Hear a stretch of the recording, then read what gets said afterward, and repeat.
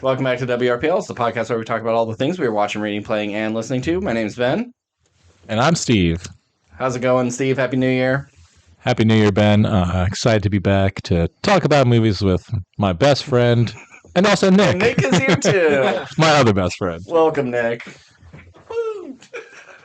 Don't get too excited. Okay.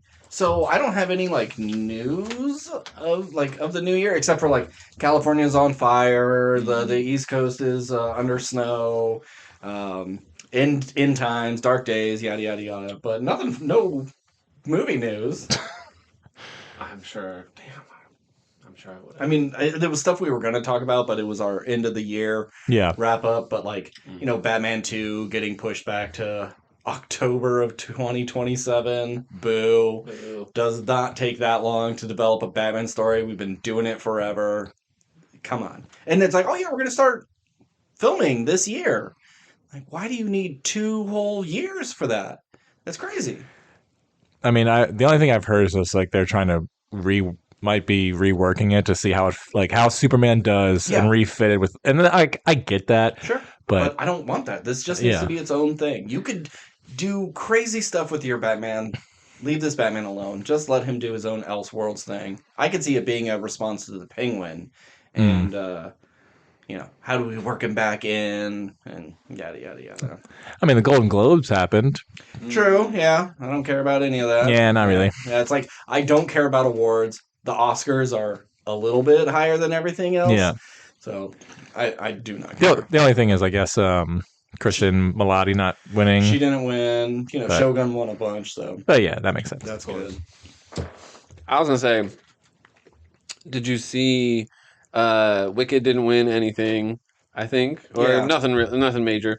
And then it lost Best Musical, which should have been a lock, I feel like. Yeah, you would think. Did you see what it lost to? Did you hear? Have you heard the music? Heard the clip. I know. I've also heard people say, well, that's the worst part of it, but still. It's you take any musical out of context and you just listen to 10 seconds of it and what the fuck is that? So it sounds really ridiculous, but maybe the whole thing is good. But I've also heard that movie is garbage. That's what I've heard. That's so weird. How could this be nominated for anything? And then win over something there has to be I don't know if it's not the Academy, the Golden Globe board, whatever, the Globies, those Globers.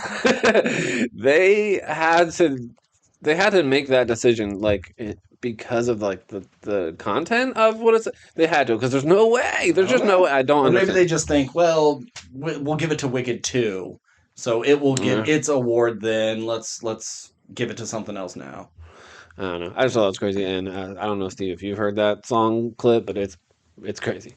I know what you're talking about. But I mean, the Golden Globes is the Hollywood Foreign Press, so it's a lot more international reviewers and stuff like that. So a lot of times, bunch of woke communists over there across the pond. I was going to say they kind of diversify the awards a little bit more, so that could be part of the reason why. But I don't really care. It's not like Amelia Perez is going to shoot up to grossing a ton of money or whatever, because it's on Netflix. It's just gonna, they're not gonna do. I highly doubt we'll see Amelia Perez too. Probably not. We never talked about the Superman trailer on the podcast, but we're both thumbs up on it. Looks good. Me too. Yeah. Jared Leto is gonna be Skeletor in the He-Man movie. Boo. Fuck that guy. Stop giving him roles. I don't know why people cast him. Nobody likes him. I mean, if you're not showing his face and he kind of it's all just voice work, it might not be the worst. Voice work and motion capture or whatever, maybe. I don't know how they're going to do it. I need to see a trailer before I make any judgment. But I'm not that depressed about it or whatever. Back up a little bit. So I'll wait till there's a trailer before I shit on anything. He has a great face for it. He looks like a Skeletor. He looks like a Morbius. He looks like the Hat Ghost in Haunted Mansion. He works for these things. He just sucks. He's a bad actor. I don't care if he's won an award. And he's a creep and a weirdo, and he has his own cult. So why are we letting this guy have any sort of career? Give me your best Skeletor impression, Ben. Next time, He-Man! That was better than I thought it was going to be. Good job. Is he gonna do that voice, I wonder? in the movie? I wonder. That'd be crazy. Because in the new He-Man show, it's like Mark Hamill, and it sounds like Skeletor, it sounds like Mark Hamill, and it works. But in the He-Man movie, when it's Frank Langella, he doesn't really do. He has more of a whispery, raspy voice. So I can see them finding something, but it's too comedic for him to sound like that. So that's what I was thinking. He's gonna be in Tron Ares too. I know. I guess. I don't hate him as much as you, but I also don't love him. I get what you're saying. I would love to be excited for that movie, but I just can't. I'm not super excited for it yet, but I'm sure when I see some stuff, I probably will be. Yeah, maybe. And let's see. Robert Eggers' next movie is a Labyrinth movie. That's the rumor. Like a Labyrinth remake or a Labyrinth sequel. Okay. I don't care about that. Labyrinth is just one of those things. Like, leave it alone. It's fine as it is. Yeah, I get why he would do Nosferatu if this is like... It's Peter Jackson's King Kong. Like this, I saw Nosferatu and I dreamed of always doing a version of that. Fine. Mm-hmm. But I want him to just do original shit. Yeah. Because I like all of his original shit. Mm-hmm. So... And last thing, Christopher Nolan's next movie is The Odyssey. I said I didn't have any news, but I have all this news. But we kind of already talked about some of this stuff off air. But get it down on record.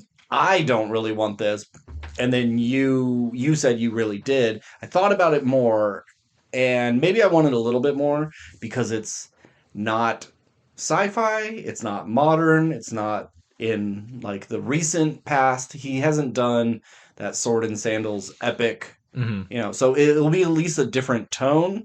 So that's interesting. I'd be willing to check that out, but I'm not excited for it because it's just, who cares about the Odyssey?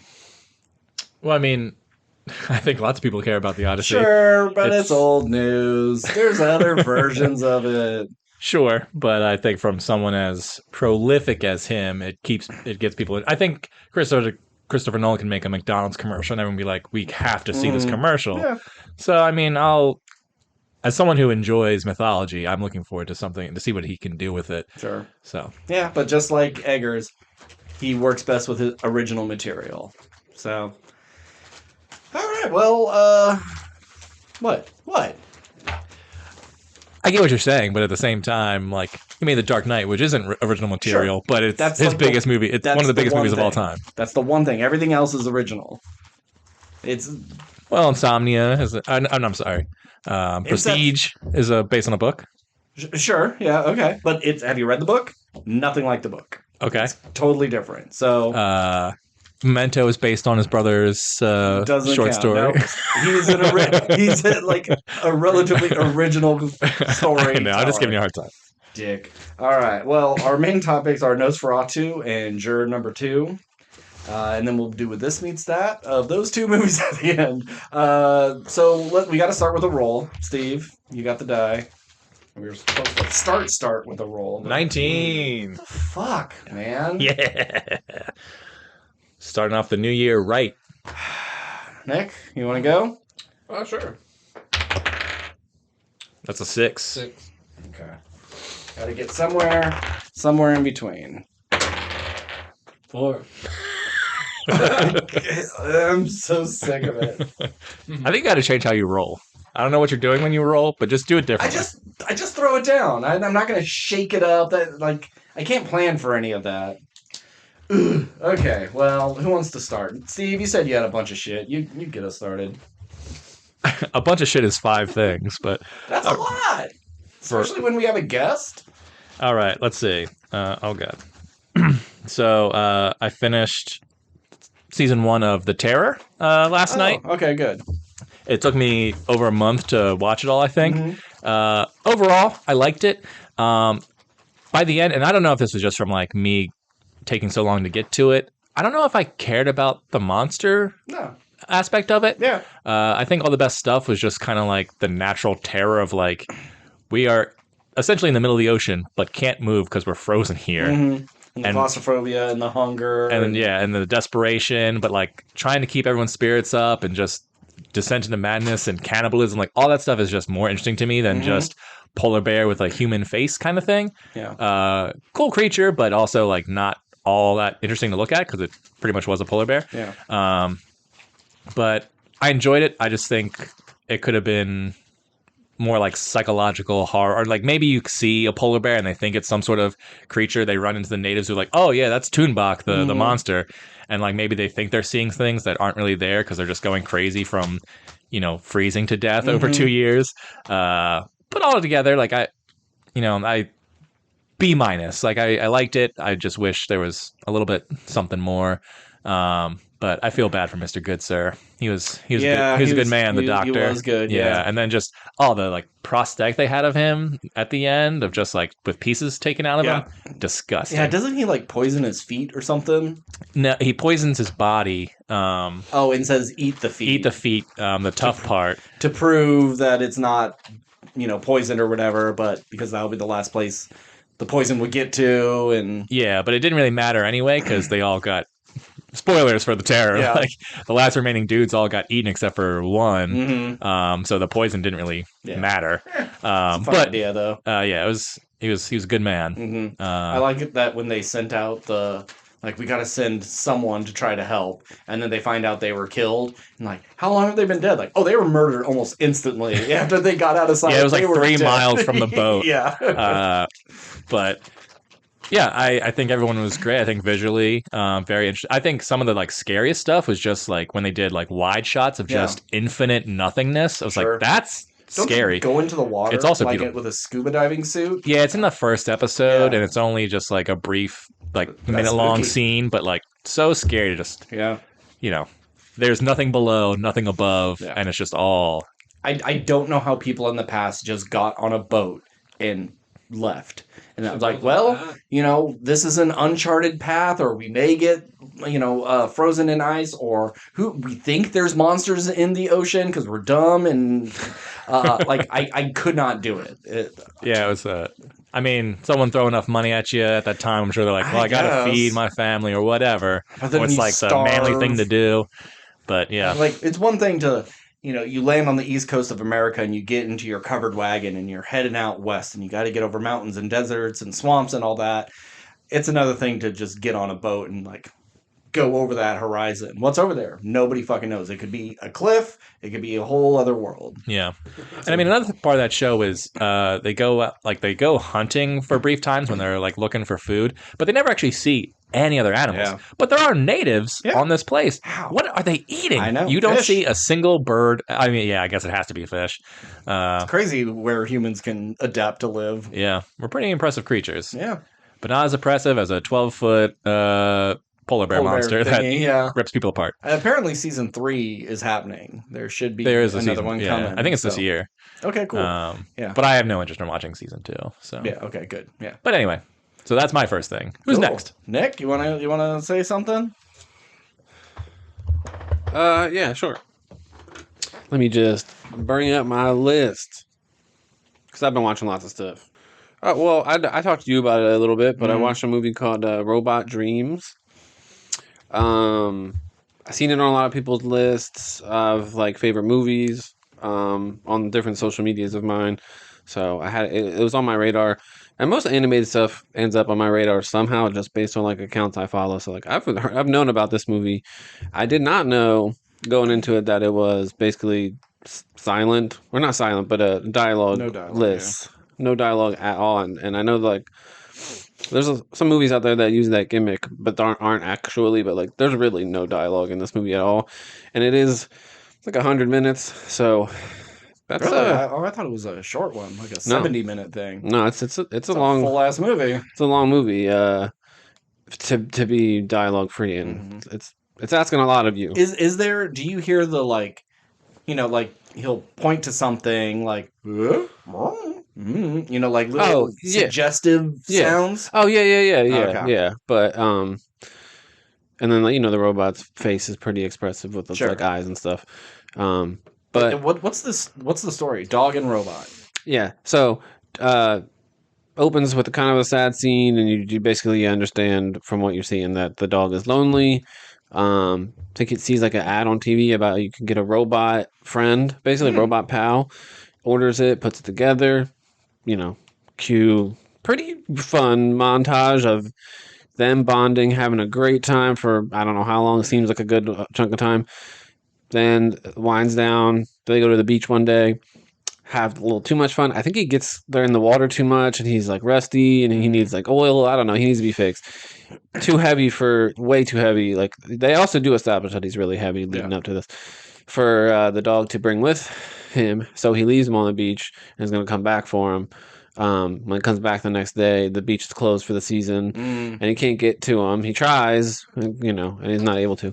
So basically, it's like about the robot who is aware but stuck there, sitting there, rusting, waiting, hoping. He has dreams of he has a couple of dream sequences where he gets out, he gets up, and he goes back to the dog. But it always ends kind of in tragedy. Like there's one sequence, oh god, I loved it. It was like he's thinking about it, and he I forget how, but he gets out, gets all the way back to the street, and then he's like walking up to the apartment, and he sees they're just called dog too, by the way. It's like just dog, and all the animals are just what they are, duck. It's just there's no explanation for that. It's the Zootopia world too. There's no humans. Dog's coming up the street, and he's like real excited, and he's with a robot that looks just like him, and which that's okay. We've seen that kind of thing before and this kind of stuff. But then they're going into the apartment, and he's like looking at them as they're going in around the corner, and then the robot that's coming in looks over at him and gives him the most menacing I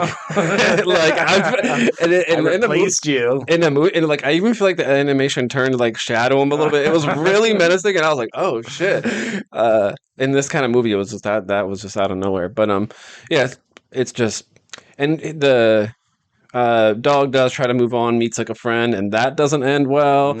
A bunch of things happen to the robot while he's there, and then it ends. I won't say how in case you watch it, but I already told you too much. It's good. It is really good. You feel the no dialogue though. I would have liked.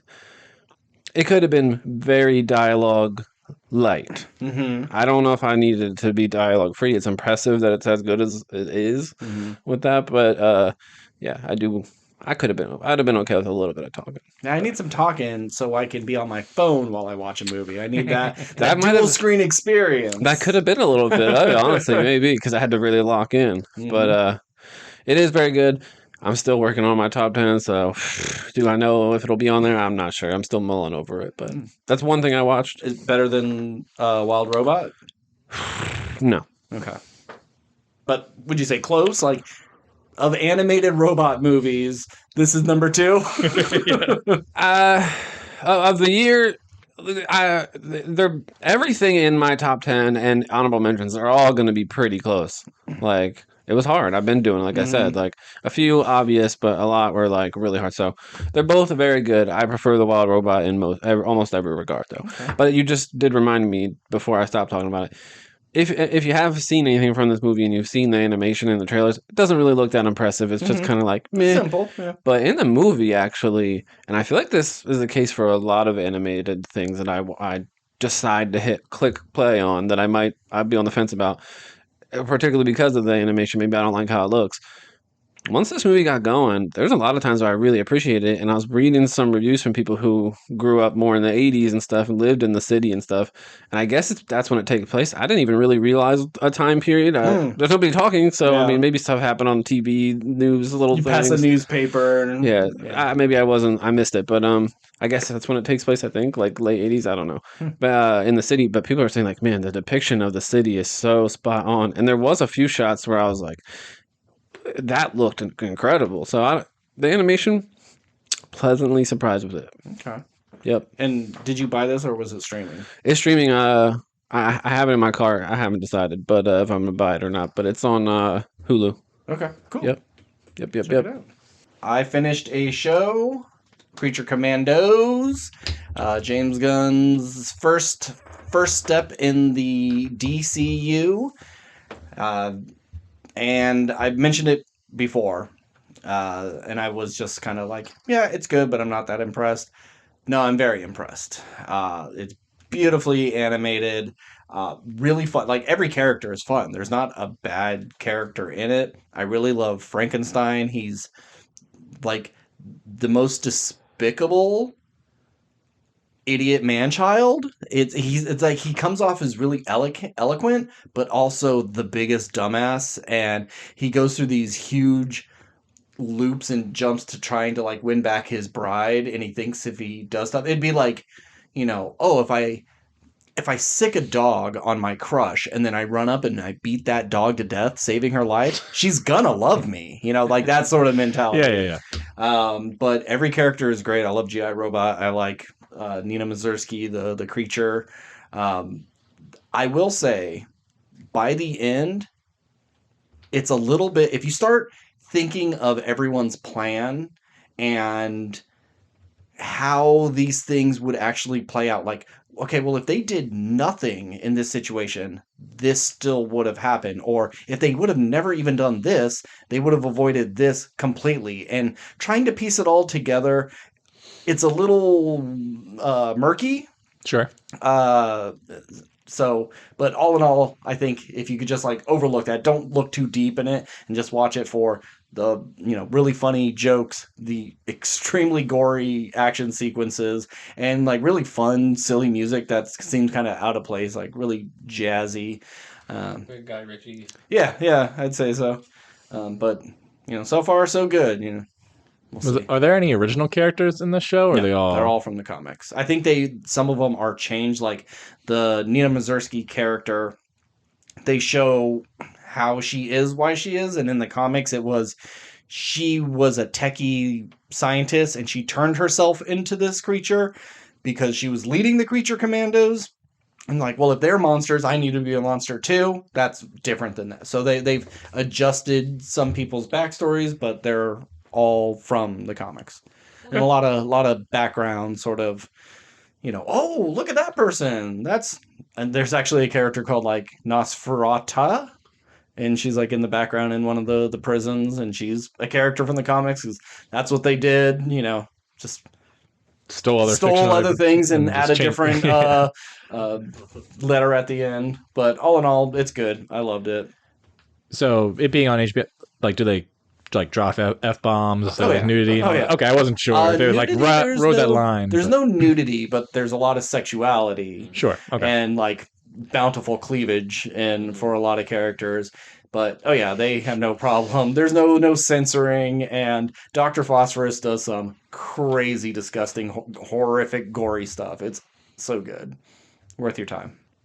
Mm-hmm. If I start a band, I'm naming it Bountiful Cleavage. That's a great term. And he's saying like, oh, look, it's F-bombs and titties and gore, but they really do these characters right. They're heartfelt and tragic. All their backstories are just heartbreaking, and especially like Weasel, like they say in Suicide Squad or the Suicide Squad, like, oh, he killed like 27 children. He's a psycho murderer, and then when you get to see that, it really it flips it on you, and maybe he's not as bad as you thought he was. It was only 20 children that he ate. So. But I would recommend it. It's only 7 episodes, real short. Yeah. I was surprised when you told me last night that it was over at 7. I thought I was catching up. Nobody goes to 7. It's like you do 4 miniseries, sometimes 5, 8, 10, or more. But 7? Nah. That's a really random episode count to end on. We talked about it a little bit last night. I'm only like 4 episodes in. But I also agree, like, at first, another show or another thing where, like, the animation to me initially was like, it looks like a bunch of other things I've seen. It looks like Invincible, whatever. But there's times where it's like, this is, like, really good. Like, especially, I forget her name. In the first few episodes, the Wonder Woman villain. Oh, Cersei? Yeah. The magic effects, like the swirls and stuff. Like, there's some really good stuff with that. But, I'm having a really good time with it as well. And I also recommend it to Steve. You're going to get through it pretty quick? Is that like the next thing for you to finish? Yeah, I'm sure. If there's only 7, I'm sure I'll finish it tomorrow. Yeah, I'm off tomorrow, so. Yeah, 3 episodes. What's an hour and a half of your day? And I really want to rewatch The Suicide Squad. Because I've only seen that once, and I loved it. So yeah, it was on cable today, and I turned it on, and it was like right after the scene of them sneaking into camp and murdering all the good guys. Yeah, and I was like, damn it! I was kind of wanted to watch that scene again, but yeah. I think I've only seen it one time, so I'm definitely watching that again. Yeah, it's a good movie. It was the best movie of that year. Yeah, it was really high for me. I don't remember what. Well, it was 2020 also, so that was kind of a rough year. For me, it was probably Dune. I think Dune was probably Dune. Yeah, but that makes sense. I'm sure it was number 2 then, because I love Suicide Squad or Wonder Woman 84. And I was gonna say about Creature Commandos too. Like you were saying, like the characters are heartfelt. It's not just a bunch of vulgarity and stuff. I was gonna say, and obviously because it's also James Gunn, but it's like the tone. It's like Peacemaker kind of in that like they're all well written. They're a little vulgar and stuff, but like it's their characters. It works. Yeah. So I have total faith in James Gunn at this point. Yeah. Now, has he done anything as like bright and hopeful as Superman? Like you look at Slither and stuff and think, can that guy get the optimism? I just think he hasn't, either wanted to or had a chance to, and I'm gonna trust him. All right, Steve, you're next. All right, I watched Fall Guy, starring Ryan Gosling and Emily Blunt. Did you not see it in theaters? No, I didn't get a chance to. Do it as an episode? No, I think we were going to, but then you probably bitched out for some a child reason. Thing. Yeah, and then I didn't, and then it just kind of fell to the wayside, and we just moved on. Yeah. I'm generally looking forward to hearing your thoughts on what'd you think? This movie in particular, because I know that he doesn't like it. I know Ben doesn't like it. It sucks. And I think it's not great, but I do like it, and I feel like it's a movie you would like. But now, I'm more or less in the same camp as you. I think from a movie standpoint, like if you're looking for like anything necessarily like original or great, it's very by the numbers in terms of like here's your popcorn movie of the summer. So it's not reinventing the wheel. That said, I think it is entertaining. I think it is an entertaining movie. I like Emily Blunt in it. I think just Emily Blunt's great and everything. Ryan Gosling is doing what Ryan Gosling has done in several other movies, but he's good at that. And I like him when he's like his charming doofus self. Just gauzing it up. Yeah. And I think a lot of this, this movie was all about stunts. And they were probably like, look at all these stunts in this movie. And I think all the stunts were pretty well done. No. I'm going to put my foot. No. All the stunts are not interesting and not anything you haven't seen. And if this is a movie that's supposed to celebrate stuntmen and stunts, this should have been insanely crazy. I think him being dragged behind the truck. Yeah, that's the big stuff. But there's like they still use like blue screen and stuff in that, and I don't think it's very impressive, especially the ending. I think the best stuff is the fight scene in the mansion. Mm-hmm. Yeah, that's probably the best scene. And then all the other stunts I think are so forgettable.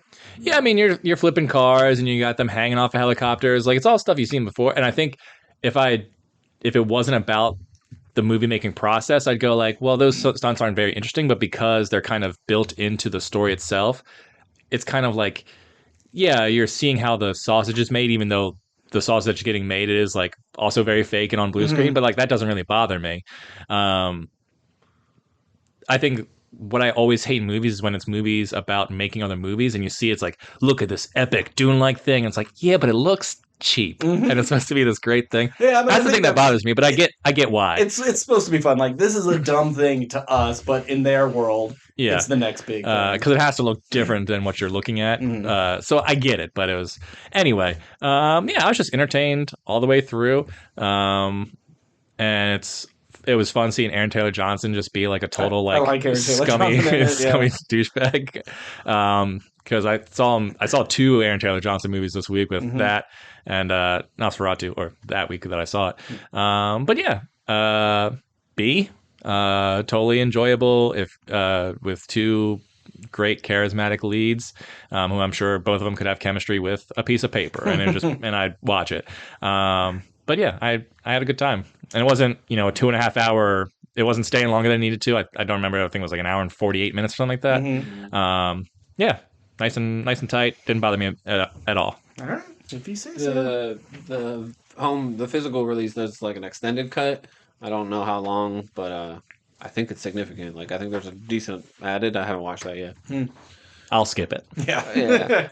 I'll say I like the Fall Guy. I agree with him. I like everything. It's not great, but it's a good time. It's like it just oozes fun. Everybody in it is just kind of charming. I think their plan makes a whole lot of sense of like framing it's such him a roll and with a movie. deep faking his face on the thing. Like that shit was stupid. Like you're at the party, the dude dies, you break the camera of that dude, you throw the body off the balcony. He was drunk, he slipped, we all saw it. No, we don't have any recordings of it. Bing, bang, boom, done. And if I was Aaron Taylor Johnson, I'd be like, do I have to murder everyone at this party? Because there's like 15 witnesses in that room. Like, but they're worried about the tape, which I guess is the most damning evidence, because you could have all these people go like, oh no, we saw him kill him.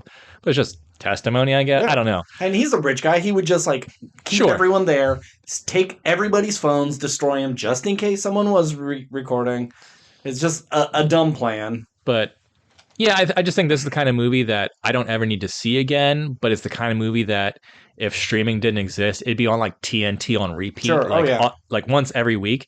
It's one of those movies that anytime it comes on, you'd be like, oh, okay, I'll watch some of this because it's just a fun, entertaining movie. It's nowhere near as good as like the Mummy movies, but it's in the same vein as like the Mummy movies in just terms of like a fun action movie. Okay. I guess that's the vein. Fun action movie. Fun action that's Hollywood. That's a pretty big vein that a lot of things could flow through. Very different movies. Like I said, it's not anywhere near as good, but I imagine it'd be in that sort of camp. All right. I was thinking like Nice Guys, but definitely not as good as Nice Guys. Nice Guys is great. I love Nice Guys. Is amazing. Yeah. Of course. It's a shame. It's like, yeah, we had a bunch of sequels planned, but nobody saw our movie. Yeah. Damn it. Yeah. All right, Nick. You're up. Now, keep in mind, we're at 36 minutes and we have 2 full movies to talk about. Yeah. So I can be done. I don't need to talk about What We Do in the Shadows. I don't need to talk about The Damned or Futurama. I don't care. I also have tons of stuff that I could talk about. I've been watching lots of stuff, but I've watched things you guys have also talked about, so I'm going to try to... give us either a rapid fire or the best thing you've watched. I'm not going to do either of those things. Okay. My show and everything, but whatever. It's fun. I already talked to you about this one a little bit, but I want to talk about it just because I know both of you didn't see it, but I'm sure you're both a little curious. So I saw Baby Girl. I was interested enough to go see it. Again, we all know we have the pass. If I didn't have the pass, I would not have gone and seen this movie. If I'd have known I wasn't going to be even remotely alone, I also might not have gone and seen this movie, but it's whatever. Like, we're just there to see movies, so who cares? Yeah. It's fine. Like it's actually almost good even. Like I know I told you, I really praise the authenticity of their dialogue exchanges, especially in the moments where they're trying to feel each other out as far as like what they want from each other sexually. And it really isn't that horny and erotic. It's really not. I've heard there was like a lot of people having bad theater experiences because people aren't used to watching horny shit in theaters anymore. And so whenever anything even was remotely, they'd be all tittering and giggling. And, I know. I've heard a lot about... Did you have any of that? No, there wasn't that enough. Well, a little, but really soft. And you can tell they weren't trying to be obnoxious. I think they just were just like whatever. But not very much. But there was... I could get it if he was like making her do like weird silly shit, but I hear just like even in them just trying to be sexy and everyone's tee hee hee. Yeah, but because there are moments of humor in those, which is kind of what I was getting at, is like the authenticity of the dialogue. It's like they do a good job of showing you that it is an awkward situation when you're trying to where was I? Laughing. Authenticity. Oh yeah. Awkwardness. They do a really good job of that. Especially like with him kind of laughing while he's saying some stuff, and it's just like, I like that a lot. Who's the dude? I don't know. Okay. I did look him up. I forget. I don't think I've seen anything that he's been in, but he's been in some stuff. But yeah, I mean, I'm sure you know the story. Yeah. Thing that I wanted to see the most really was just like, I had been semi-spoiled, and that I found out like the husband does find out somehow, and I think I even saw that he does tell her. But still, I was like, oh, I want to see that scene. And even like that scene, because he even in that scene, she says it was only one time, and I love that because it's like we would all, if we were we would all lie too, even though it was going on for a bunch of, like, it's just the little touches like that, like I just like that. I like that about it. And that's my favorite scene too. Antonio Banderas, he ain't in it much, but when he's in it, he's in it for that scene. Like, you can't dislike Antonio Banderas. No, and he's never done anything wrong. No, and in this movie too, he's a saint. And like, oh god, it's such a good reaction too. Like, even though I know this movie is a low-key horny fantasy movie for a lot of girls, like high-class trash. Yes, I still think a lot of, and the girls in the theater too, everybody that was in there, like, was sided with Antonio Banderas, and like the things that he says to her about it, it's just like, oh yeah, give it to her because she's we almost forgot she's actually a terrible person for doing this. But then there's also like, oh god, she says some stuff to him, like she says something to him at one point when she's like frustrated because the boy's not talking to her anymore, and she says something to him like, you can't make me come. I've never orgasmed with you or something like that. And it kind of comes out of nowhere because she's frustrated in her head, and he's like trying to have sex with her at night, just like a husband thing. And she just, I know it. And she just hits him with that like real angrily. And it's just like, God damn. And then another scene, I know I don't want to talk about it too long, that I kind of would praise. And this I've seen on TikTok, or at least sound clips of it. It's such a good, he ends up coming to, they end up at a party, I forget how, someone's party at the same time. He comes as a guest with another intern that she knows, or not, I don't even know she's an intern, but she works at the company, that's what it was. And she's pretty close with her too. And at one point, Nicole Kidman's character, like, she realizes, oh, like, they're like dating or seeing each other or whatever. And this is well into their like messing around. And like, she pulls him into the kitchen and was just like, what the hell is, like, what is this? No, I don't like this. You can't be like, I don't want to, you can't be seeing other girls and stuff like that. And he's just like, isn't that your husband in the other room? And like, she knows that, but like, just seeing her like being possessive over him when she has she can't be, it's such a girl thing. And I just, a particular type of girl is gonna love this movie. I don't think I was the target audience, but I appreciate a good movie when it's a good movie.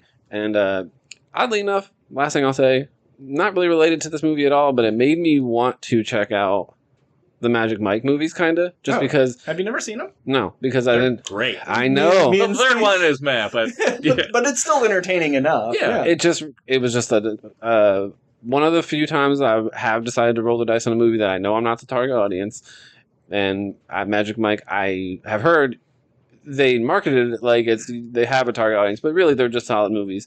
I've heard it from YouTube before as well, so it made me kind of think like, I should give those movies a chance too. But probably. Baby Girl 1 and 2. Yeah. Two's the best.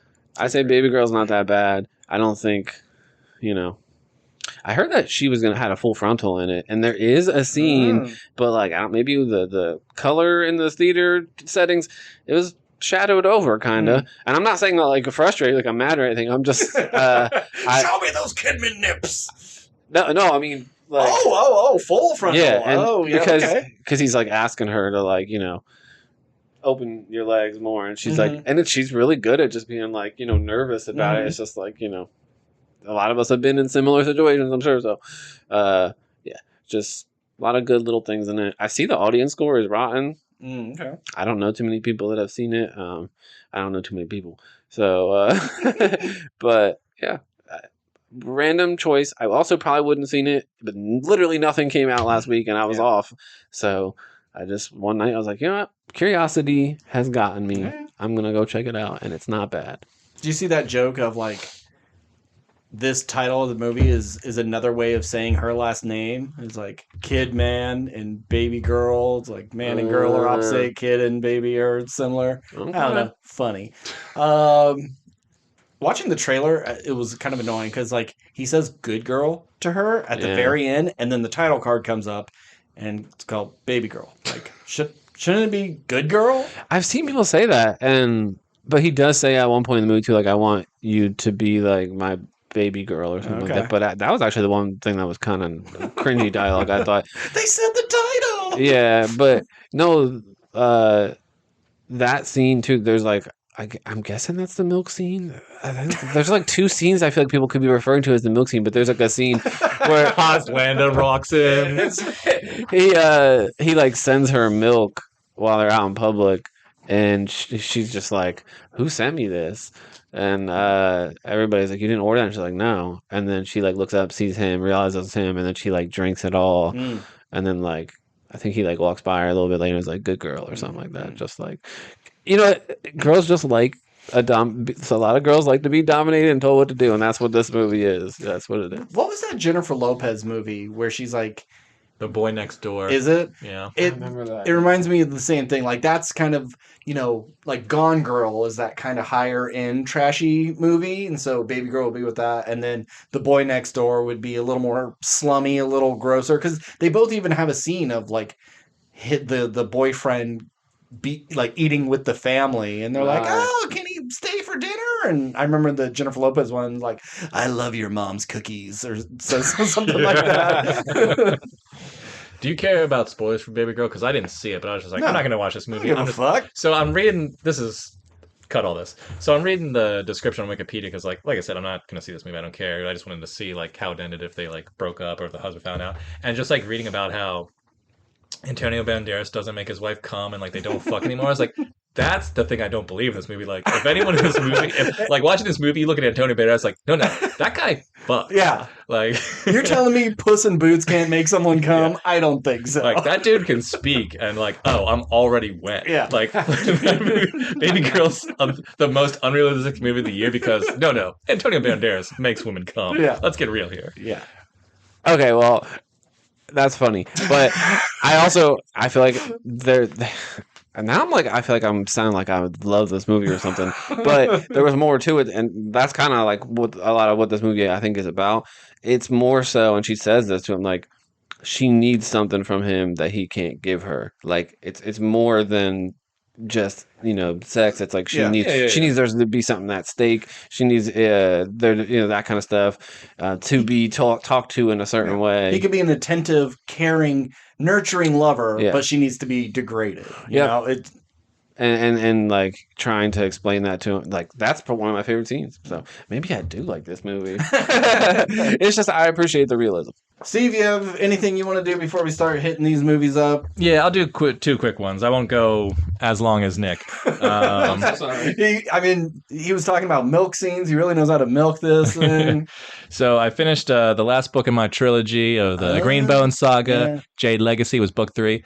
Probably the best of the 3. Book 3 is a little bit different than the other 2 because the first 2 books are like basically over the course, I think, of like 4 years, but this one is over the course of like the next 20 years. Oh, shit. And overall, this series is awesome. If you like crime dramas, if you like family dramas, if you like kung fu, if you like magic, but all set in like the modern day, it's all there. It's all awesome. Like all the characters are great. Everything like wraps up nicely.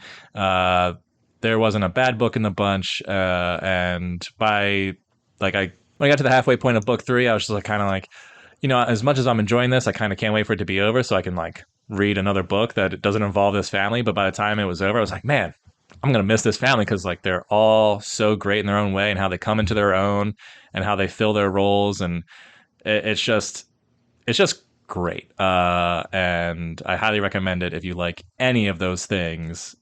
This is a book I think you would enjoy. Jade Empire? The Greenbone Saga, it goes Jade City, Jade War, Jade Legacy. And by Fonda Lee. So Wait, was it an Xbox exclusive? I think so. Oh, okay, never mind. It was optioned for a TV series back in like 2022, I think, but then it was canceled probably for, I think it was going to be a Peacock show. But I think this very much would be like an HBO show. If you like The Penguin, it's kind of like similar to that. There's multiple scenes. I'm saying a lot of people would like The Penguin. I'm in the camp that just think it's okay. Yeah, the idiot camp. Yeah. But if you like this, I don't want to compare it to Sopranos. But anyway, it's great. Highly recommend. Check it out. Cool. And the other thing? Oh, yeah. The other thing, even quicker than that, I imagine, I watched 688. It's a movie on Netflix about the first Black women's like battalion to go to World War II. Like they actually went overseas, but they didn't do any fighting. Their mission was sort the mail. Okay. It's directed by Tyler Perry. My wife wanted to watch it because she heard it was good. And you know what? For a Tyler Perry movie, not bad. It has all the, similar beats of a war movie, of a movie that involves racism in America.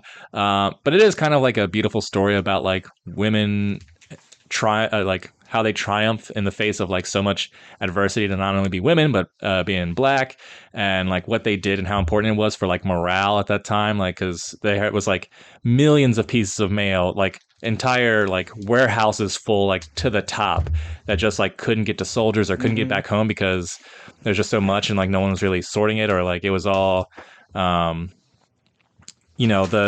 handwriting was bad, or they couldn't make out certain things. But like one of the cool things that they showed in the movie, like some of these women like recognized the perfumes that were on these, and that's kind of like how it helped sort them. And they like came up with this whole system. They were like the whole. It's crazy that we even have mail delivered to soldiers. Like, they're fucking busy. They'll read your shit later. Yeah, but because like soldiers are constantly hopping all around, they didn't even know where to send it. Yeah. And they wanted these women to fail. They gave them 6 months. They knew they couldn't do it in 6 months. They did it in 3. Darn. It's a really impressive, beautiful story. That being said, it like as a film, it's just fine. And some of the special effects are like not great for this time period, because clearly this is a war movie that like they didn't have the budget for a war movie. But I just want to point out one scene in particular. The opening of this movie is like it's in Germany or whatever, the front lines. You see these soldiers, and I was like, wow, look at Tyler Perry. He's like directing a war movie. Like, it actually looks pretty good. And then the fighting starts, and it's just like both lines of men just like run at each other like the Civil War or something, but just like blasting machine guns, like not trying to like be in their trenches that you just saw them in. There's planes like flying super low and like explosions. It becomes the most like over the top action sequence. It's just like it went from wow, this looks pretty promising to utterly silly, and then the rest of the movie you don't really see any war. It's because it's all about these women. But honestly, for Tyler Perry, not bad. Okay. It was actually okay. So I'll give it a plus just because it surprised me. C+. All right. I was just picturing like in the South Park movie when Canada and America, they just start running at each other, shooting, and there's like Skippy the backflipping dog there. It's kind of like that, yeah. Cool. All right. Main topic number 1. It's funny that's the first one because it's juror number 2. Good segue. Juror number 2, directed by Clint Eastwood, starring Clint Eastwood's daughter. She knows she was in it. She's the one that died. Oh, that's Clint Eastwood's daughter. Yeah. What's her name? Toni Collette and Nicholas Hoult. I was just gonna say Beast. Okay. From Jack the Giant Slayer. I forgot about Jack the Giant Slayer. It's not a terrible movie. No, I mean it's bad. I don't remember it much, but Bryan Singer and like don't support his shit, but it's because they just use CG for everything. Yeah. I think if they did forced perspectives, bodysuits, things like that, that would have been really cool. But how about he's from our second topic too? Oh yeah, he's in both of our. But it's a Nicholas Hoult episode. We talked about Superman trailer a little bit. We did, yeah. And that went into Creature Commandos, and like there's connections within here. Yeah. But Is Nicholas Hoult the new Chris Evans? No, he's not. He is working though. Yeah, he really is. And Taylor Johnson too. And Aaron Taylor Johnson. Yeah, there we go. Yeah, he's working. Yeah. Shit, yeah, Aaron Taylor Johnson had 3 movies this year. And I think at least, yeah. He's in some. He's in stuff coming too. So. Yeah, he's not going away. Nope. Quick, before we go on. But his Nosferatu wife. So I was just thinking about Craven earlier, and it's like he always fights animals and stuff. Who would win in a fight? I burp. I'm drinking a soda. What do you expect? I'm not blowing it in your faces. So, like, could Craven take down Beast? Because like Beast has like more strength than a gorilla, more agile, and he also has super intelligence. I haven't seen Craven the Hunter. I'm talking about like comic books versions. Like the best Craven there is versus the best Beast there is. I don't know enough about like whenever I think about Craven, I just see him as like a man. He doesn't really have superpowers. He's just the most like he's kind of like a Deadshot or something like that. Just like the most dangerous man who's just has an affinity for hunting animals. Like he's just a genius when it comes to like tracking and trapping and all that. Toe to toe with Spider-Man. Yeah. But like I'm not familiar. Like, does he really have powers? And if he does, then I think that fluctuates. Yeah. But I mean, if it's like the Kraven the Hunter from like the Spider-Man 2 game, like I could see him fighting Beast, sure. Yeah. But if it's just like Kraven the Hunter from the Spider-Man cartoon, I'd be like, no, Beast would murder him. Spider-Man would murder him. And seemingly he still has no issues. Because I don't think he could beat Beast either. Because like Beast isn't a crazy madman. Yeah. But if he needed to, he could fuck him up. And then it's like, well, if Beast could beat him, then like Kraven couldn't take down Sabretooth, right? So like Kraven kind of fucking sucks. He's all charisma, I think. I think that's why I like Kraven so much. Like, he's just cool. You could take down a rhino or whatever, but I could take down a rhino. No, I can't. All right, anywho, I just wondered, yeah. All right. Juror number two. A movie that got a release in 50 theaters. Real shitty thing. Warner Brothers, like... Clint Eastwood used to be a draw. Yeah, I mean... Didn't the last movie he was in, The Mule or whatever, didn't that make actually, like, okay money? I think it did. Pretty okay. Old people love Clint. Yeah. But like, he is hit and miss quality-wise. I don't think he's a great director. He's very adequate. He gets the job done. Plenty of stuff of his I haven't seen too. Oh yeah, there's a ton of stuff. But like you watch Gran Torino, like I like that movie well enough. That got a huge wide release, but why not this? It's a very it couldn't have been an expensive movie. No, it doesn't have even look cheap at times. Like I mean, there's not much to it. But courtroom, like, just the way it's framed and shot at times. Could have been a streaming. Well, it was kind of. It went kind of, yeah. But.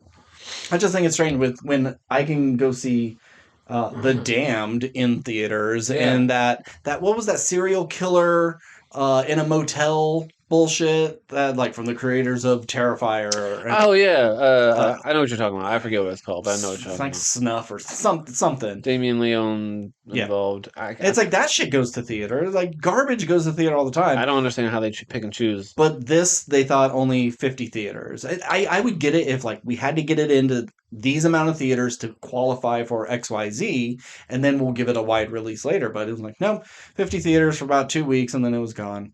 Yeah. Which is a shame because I think this is a pretty good movie. Yeah, I know for the most part. Yeah. Steve? Yeah. Well, I'll let Nick go first. Okay. Well, I mean, we can go back and forth. I just wanted to get out one thing first before we got into it, and I said this to you last night too. I like me and Nick like to rehearse the podcast before we get on air. Yeah, just I have to practice. We're so nervous. But no, I think I just like these kind of movies, courtroom dramas. Mm-hmm. I think I saw like the tagline. I knew who he was in it. I had a general idea of what kind of movie it was. And it had a good Rotten Tomatoes. So I knew I was going to watch it. But I did not know the premise of this movie. And I know I told you when like I realized what was going on, and I was like, oh, well, this is interesting. This is a really cool concept. I really like this idea a lot. I was really impressed. I literally stopped it to go get like snacks or something, and then I was talking to somebody about it when I was walking through my house, and I was just like, I'm watching this movie, and I explained the whole premise, and they were just like, that's awesome. Like that sounds really crazy. So yeah, really cool idea. I thought this movie was all right. I liked it more than I disliked it. Mm-hmm. I think it, like kind of like you said, it's just an adequate movie, like all the way through. I don't think there's anything about it that screams like, oh, this is a Clint Eastwood movie. Mm-hmm. I think there's some solid performances. Like it's always good to see J.K. Simmons. Mm-hmm. I think the brief 4 minutes he was in this movie, he was probably the best part. And I liked the idea of it. I think I have some notes as to like what I would have enjoyed more, because I think that for like a movie where this guy should be constantly like, is today the day that they find me out and I like get kicked off the jury or go to jail or whatever it is. It never felt like there was ever this sense of like immediate danger to him. Mm-hmm. It was very much like a simple story, and in terms of just like him being on the jury, it wasn't like never seemed to be anything like trying to throw them off the trail. It was just like, oh no, like that makes sense. We can go with that, but never really doing too much to like mislead anybody. It was just and to his credit as a character, I think like kind of makes sense. Like he wants to do the right thing. He's so conflicted about doing the right thing. But at the same time, I don't know if I would have maybe enjoyed the movie a little bit more had it been like, every couple scenes, a new piece of evidence comes to light, and it's like, okay, how am I going to get out of this one? Sure. Because you have the scene where. Well, I'm just going to jump right into it. Well, for those who don't know what it's about, Nicholas Hoult finds himself on jury, having to do jury duty on a case where a woman was killed in the middle of the night, hit by a car, and he slowly realizes, I was there at the same time, and I hit something with my car, so maybe this innocent man may go to jail because I could be the one who killed her. Yeah, the woman who they at first didn't know if she got hit by a car. They believe she was murdered by her boyfriend who was at the bar. That so fucked up. And he hit something that night. He thought it was a deer. He kept driving home. And other complications along with that because, being a former alcoholic, yada yada yada. But I think. So, like, for an example of the, I wanted some more intensity in terms of this movie, like the scene where J.K. Simmons comes up, he's like, hey, I got these reports of all these cars that could be linked to this murder. Your car is on here. We can just cross that one off. And then he gives him the papers, like, let's look into this together. And then he drops it in front of the bailiff. Whoopsie doodle. But it just kind of seemed like so nonchalantly, like that should have been a scene where like the music's kind of swelling up, he's like looking around nervously, it's like you can see the wheel, like you should be able to see the wheels turning in his head. It's like, fuck, what do I do here? But it's just kind of like he instantly knew what to do, just drop the papers, and it just kind of like blew by. And then J.K. Simmons was gone for the rest of the movie after that scene, pretty much. You would think he would have kept looking into it more and more, contacted the other lawyer, really started pushing it, because then she takes over the investigation, where it's like, I think he could have stuck around a little longer. And so 12 Angry Men is one of my top 5 favorite movies of all time. Yeah. Love 12 Angry Men. And there's multiple lines of dialogue that are taken directly from 12 Angry Men, which was kind of fun for me because I was like, oh, it's that movie I like. But then at the same time, I was like, oh, be more creative. Be more creative. That's that movie I like. I caught it right away. But I mean, I do like Nick said, I do love courtroom dramas. I do like the idea of like spending time with a jury because normally we don't see that. It's all like how the lawyer's going to combat their way out of this one. Where I like seeing the jury in action because I've never done jury duty. I've never been part of the process. I was just going to ask, have either of you actually been on a jury? I haven't, but I got a summons last year and called as soon as I can, and they said numbers 0 to 99, don't report. Thanks anyway, so I didn't have to even show up. Have you ever even gone and sat in the room and waited? You've never been called to even get up there.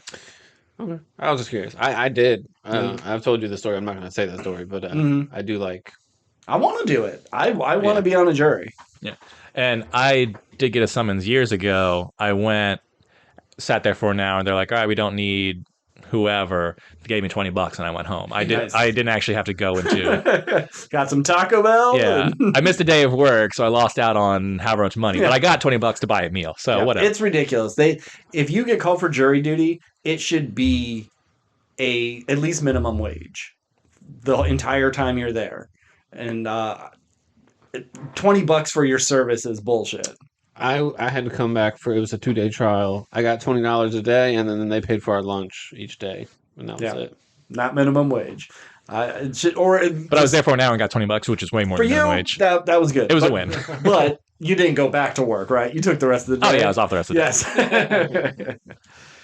I didn't have like a career at the time, so it really didn't matter. But my point is, like, people who have way more important things to do than I do, like this would suck Nicholas for you. Hoult, who has a pregnant wife at home, they lost their twins like the last pregnancy, which is like, that's fucking crazy. It's one thing to lose one baby, but to lose both, that's got to be extra hard. Yeah. But yeah, we were talking about this last night. What would you have done in his situation? You realize you did this thing. You didn't think you killed anyone before. You thought it was a deer, but now you're realizing you're on this jury and it's you. Now, do I have access to his lawyer who's telling me don't do this because you will go to jail, or is this just me, like, no information? Yeah, no, you're in his exact situation. You know everything he knows.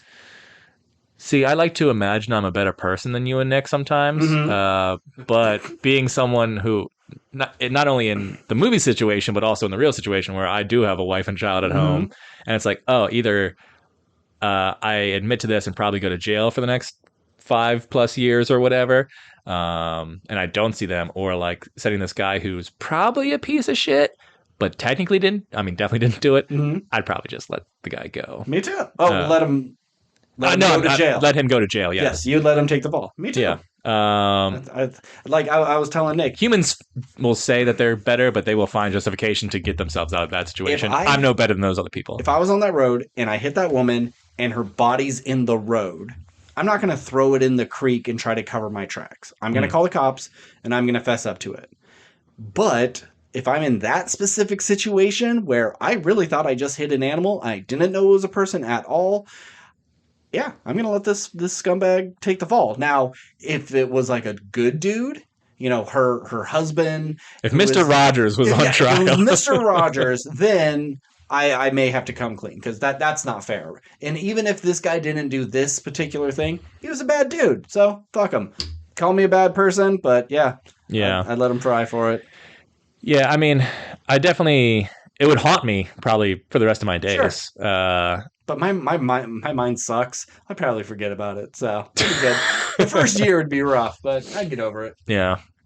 Now, if I was 70, my kids were all grown up, and I did it or whatever, it's like, yeah, sure, throw me in prison, I guess. I don't have much time left anyway. Who knows? Or maybe I'm like, I only have so much time left. I'm willing to spend it with my family. Maybe, that too. Yeah. I don't know. But chances are... Like, oh, I have to go through, I have cancer. I can't afford it. Yeah, okay, throw me in jail and take care of my cancer for me. Thank you. Yeah, it's hard to say without actually being in the situation, but sure. If I had to have guessed, I would say throw the bad guy in jail, even though it did seem like he was turning his life around. Yeah. Well, not fast enough for me. But yeah. Are you watching stuff on your phone? What's that sound? I think it's just him breathing. Oh, I swore I heard like... I heard it too. Yeah. Like texting? No, it sounded like you were watching a video, like there was kids playing in a playground or something, and it was really... I think... I'm just responding to something. Yeah, I think he's breathing out his mouth, but like a little bit's coming out of his nose. So it's like reason? Yeah, something like that. Okay. I was doing a Trevor. There have been times like I roll onto my side and I'm just like, what is that? And it's just me. It's just like because of how my neck is presently. I've done it too. Yeah. I did like this movie. Until about halfway through, I felt like the acting got a little silly, and I started not taking it as serious, and I found myself chuckling a couple of times. But I think all in all, it's pretty good. Yeah, I mean, I think it's I feel like it's a little bit of a waste of Toni Collette because she's so great. Yeah, but I feel like you could have replaced her with any actress. I don't think Toni Collette seemed to really care about being in this movie. I like seeing the actor from The Other Lawyer? No, what's that? The Mindy Project. Yeah, The Other Lawyer. The Other Lawyer. Yeah. Sorry. I thought you were saying there's a show called The Other Lawyer. Yes. Yeah, I like that actor. I think he did a good job. Victor Zsasz from exactly. I almost said that, but anyway. No, that guy sucks. I don't like him. I like him. David Mancini, I think his name is. Look at me. I think whatever. I forget where my train of thought was going. I think it's fine across the board. Although I think it was interesting to see how our criminal justice system works, and I just wish some of those moments hit harder. Where so you have the one guy who's just like, I will never say this guy didn't do it, and it's like, well, why wouldn't you be open to changing your mind? And that's the whole point of all of us being here. Is like, can we all be open enough to look at the evidence and go this guy did it, or we believe he's guilty versus he's not guilty. And it's like, well, his crew that he used to be a part of killed my brother. I don't give a shit. You can tell him, God can come down and say he didn't do it. I'm still sending that guy to jail because of what his people do. And just that kind of mentality that plenty of people go into court and send people to jail because they just can't be turned. Or people are like, hey man, we all have lives. Let's just get in and get out. Yeah. Where most of these juries are done in like 30 minutes or whatever. So I appreciate juries that do like take their time, but then at the same time they can take their time, but there could be that one guy who's like, I will not break because of my own whatever principles. It's not a perfect system, but it's our system, and it's just interesting to see how you could just be screwed because they picked the wrong guy to be on jury, you know? Nick, any final thoughts? No, I agree. Super fine throughout. I was thoroughly engaged, but also not, super floored. Not something I'll revisit a lot. But I think it has a very cool, unique hook. I mean, maybe that's been done before or something similar. I'm sure it has, but I hadn't seen something quite like that before. It seems like it could be something on Arrested Development. Couldn't you see, what's his face, who played the Fonz?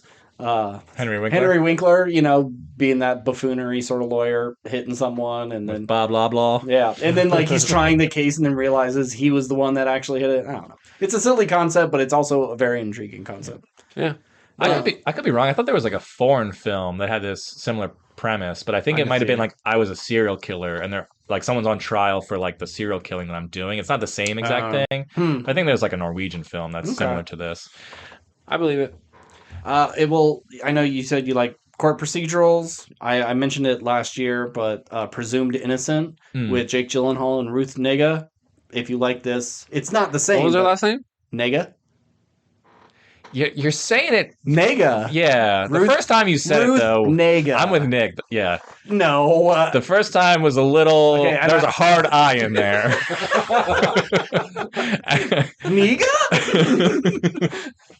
Okay. That must have been Jar Jar's name, man. That is Jar Jar. Okay, I wasn't trying to slip it in or anything. Her name is Ruth Negga. Yeah. Ooh. But I can't wait to listen back to that. The second time you had it, the first time was like, oof, that was not accurate. I wish there wasn't that last little tag of her showing up at the door. I would have much preferred the movie to end with them having that conversation on the bench about him like going like, what if, a good man like did something by accident, and they were like, cause they kind of figured out like, yeah, you're the guy, but we've already tried this guy, it's over. Do I go after you and ruin my career? I wish they kind of left. This is one of the cases where like I would have was okay with an ambiguous ending of like what happens next. Sure. But her showing up at the door and going like, well, now I'm here, and it's still kind of what happens next, but it's like, I don't know. What if it was just them talking and you hear the doorbell and they both look up and then it cuts to black? I could be. I'd like it more than this ending, but I'd still probably go like end of the bench scene, because I think that's like the extra last little climax of the movie. Okay. But other than that, and if C+. Like, I know he's trying to be a good guy, but like if he just would have gone with the whole crew and just said guilty, you would have been fine. But no, you had to try to be a good guy. Nice guys finish last. So, speaking of finishing last, sexy vampires. Here we go again. Our second and last movie of the night is Nosferatu by, I was going to call him Brian Eggers. What's his name? Robert Eggers. You said Brian. Now I blanked. Yeah, Nosferatu by Robert Eggers, a passion project that we've been hearing about since The Witch came out. He was going to make it with Anya Taylor-Joy, but that didn't work out, which I'd really like to see that version. I don't think it would be as intense. I can't see her getting to the levels that Lily Rose Depp did, but it would have been interesting. A retelling of a retelling. I don't really care about Nosferatu. I've never seen the original, but the story is just stolen from Dracula. And I know Dracula pretty good. I love Bram Stoker's Dracula. So I don't understand why he cared so much for this, unless it's just based on visuals. The look of Max Schreck as Nosferatu, it's very striking. But this story is not interesting because it's a watered-down version of Dracula. I liked this movie. I didn't love this movie. I think it's my least favorite Eggers movie. but it's still a really good movie compared to most fucking shit that's out there. I mean, it's no werewolves with Frank Grillo, but no, yeah, it's really good. But I think he's on a level on his own, and so you hold him uh, to a, what's the not to standard? Yeah, standard. Yeah, he has a different standard that you hold him to, and I think this is just maybe my least favorite of his. Nick? But maybe the more rewatchable one. I also, this is a very good movie. It's a very well made movie. Very beautiful. I love the sound design. I think is great. Yeah, like everything him sucking on his chest was just disgusting. Yeah, the music is fits the scenes well. Like he makes great movies. Mm-hmm. Like technically, very sound. I have very little complaints. But like you said, it is a story I'm very familiar with. And you touched on Bram Stoker's Dracula. I love that movie. Mm-hmm. This is very similar to that in a lot of ways because it's the same story pretty much. And we just got that Demeter movie not that long ago. Yeah. I know it's not that recent, but that's still kind of fresh in my mind. Vampires, you know, they've been very big. I don't know. It's just, and I didn't love how he. I know we can really get into talk about how he looked, but I didn't. We can get into detail, but I didn't love how he looked either. So I don't know. All you asked was what I thought of it, really, though. But it's good. I have lots of little complaints. I know I told you, surprisingly or not, I'm not like a Robert Eggers fanboy, but all his movies are good. I just don't seem to love any of his movies as much as anyone else that I be following. Mm-hmm. And when I see people rank his movies thus far, including Nosferatu, The Witch is always the worst. And that, to me... Oh, really? I always hear which is the best, and then, or this is the best. Ugh, not the people I follow. It's always The Witch is like the worst. And that's ridiculous. And it has the lowest Rotten Tomatoes, too, of all the movies. Well, it was different for the time. People didn't understand. We weren't at our elevated horror era yet, so it was confusing to people. Well, anyway, that's my favorite still, although it has been a while since I've seen it. And I do want to rewatch, like, Northman and stuff. But, yeah, I liked it. But I know you had it, Steve, pretty high on your list, so let's hear your thoughts. Yeah, this made my top 10 of the year. I do have some slight criticisms. I think I get what you guys are saying. And I've seen less movies this year than you guys, as I say every podcast, because I have a busy life, whether I like it or not. But anyway, this is one of those things where, like, this is definitely his most mainstream movie, and I think this is definitely his most accessible movie for an audience. Very easy to follow. Very easy to follow. It still has, like, all of his vibe with none of its, like, art housiness, but, like, visually appealing. Sound design's great. Has, you know, it's more of a traditional horror movie, where, you know, this is, I think, the first of his movies that has, like, genuine, like, jump scares. Whether how effective they are or not is up to you. But I think from just a filmmaking standpoint, I'm glad this exists, and I think it's one of the, you know, in terms of, like, the other horror movies that we've seen this year that we've liked more, I don't think that they're anywhere close to as well made as this. They're just more interesting because they're original versus this story that, I agree, we've seen this exact story many times. The story isn't any more interesting. If you're going to retell the story, you have to do it. If the story can't change, the visuals have to change. The other aspects of the movie have to change, and I think he did that enough. And I also think if in the era of remakes and sequels and all this other stuff, Nosferatu is a good one to do because it hasn't been remade really since the 20s. Or I think there might have been like a 70s one, right? There was a 60s one. I think... But no one ever, like, talks about it or thinks about it. It's just Shadow of the Vampire. Shadow of the Vampire is a movie about the making of Nosferatu. Okay. And Willem Dafoe is Max Schreck, and they're like, is this guy an actual fucking vampire? And like, he's always in makeup all the time. I remember seeing it and really not liking it, but I really want to watch it again because I was like a dumb 18-year-old. What do I know about movies? I want to see it too. But it's not streaming anywhere. But in terms of, like, we remade it. this was one that, because I've never seen the original, I was open to seeing this. It's not like if this was another Dracula remake, it'd be like, we just had Bram Stoker's Dracula. Why do we need this? So it's good that it is Nosferatu and it is a different thing, even if it is the exact same thing. And as someone who only saw Bram Stoker's Dracula a couple years ago, I would say I think I still probably like Bram Stoker's thank you, Bram Stoker's Dracula more, because I think that movie just did. I'd never seen anything like it. It did a bunch of like very interesting, cool practical effect things. Yeah, the rats. Yeah, all in camera stuff except for the blue fire. That's crazy that everything is practical. So that movie, I think, for its time, is way more impressive than this. I just think that this is a very well-made movie that, in a year full of great horror films, I think like. It fits in this time period, and I enjoyed this movie for what it was, not what it was trying to reinvent or whatever. So real quick before we get into details and stuff, let's just rank our eggers. I'm gonna go The Witch, The Northman, The Lighthouse, then Nosferatu.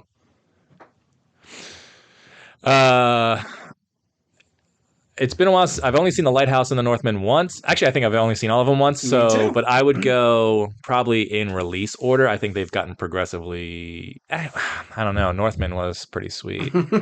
Like, I liked the vibe, the essence, the weirdness of The Lighthouse. Yeah. But I think I'd much rather watch Northman over The Lighthouse. I'm gonna go with your order. I think you're right. But Nosferatu is definitely my least favorite. Yeah, I think I would probably agree, but I really do want to rewatch The Northman. I could see that if I watched it and I liked it a lot more than I remember, and I could move some stuff around. But otherwise, assuming you were going best to worst, right? Yeah. I would agree with that. All right, nitpicky shit. I don't know what that is. That's our new segment. Nitpicky shit. There's acting choices that I don't love in this movie. Okay. I think Nicholas Hoult is good in the scene where he's scared shitless meeting Nosferatu for the first time. Fantastic. Every other scene, I'm not buying it. Aaron Taylor Johnson, I think it works more for his character because he's this pompous ass who never worked a day in his life and yada, yada, yada. But he sounds like in a stage play. He sounds like an American doing a British accent. And he's not American. So those two I don't think are very good in this, but I think Lily Rose Depp is tremendous in this, and I had no faith.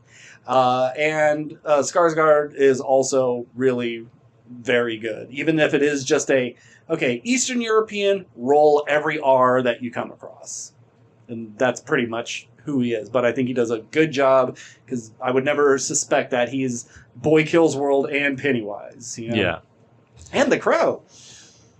I get what you're saying. Aaron Taylor Johnson didn't bother me. I mean, I guess in terms of like in a movie that's full of horror and you have all these actors doing like big choices, his is the most boring character. Sure. So maybe it seems like he's not reacting appropriately to the world.